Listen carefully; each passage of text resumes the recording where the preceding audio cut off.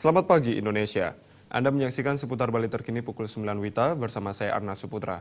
Pemirsa, TPA Suwung menjadi salah satu prioritas yang kini tengah dibenahi menjelang pelaksanaan IMF World Bank Annual Meeting tahun 2018. Penataan ini diharapkan tidak dilakukan untuk acara IMF semata, melainkan dilakukan secara serius dan berkelanjutan.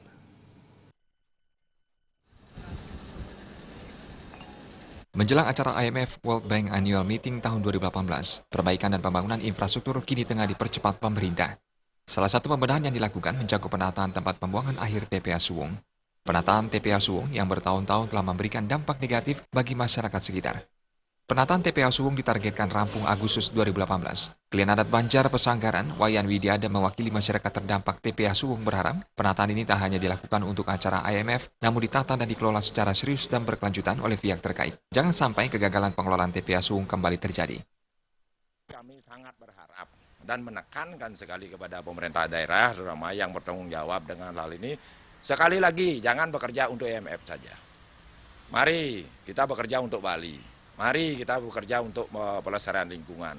Karena di sini kalau masalah pelestarian lingkungan atau mungkin rencana pembangunan itu aspek berkelanjutan, bukan bisa sepotong-sepotong begitu.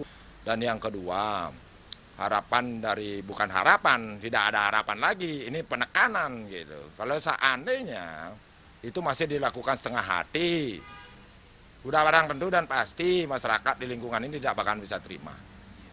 Dan kami yakin bahwa siapa yang mau terima itu.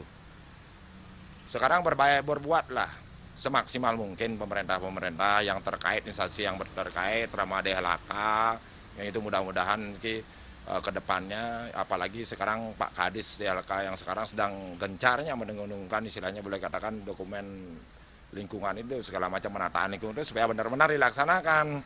Wayan Widiada juga meminta dengan tegas pemerintah Provinsi Bali maupun Kabupaten Kota Sarbagita berbuat maksimal dalam mengelola TPA Suwung.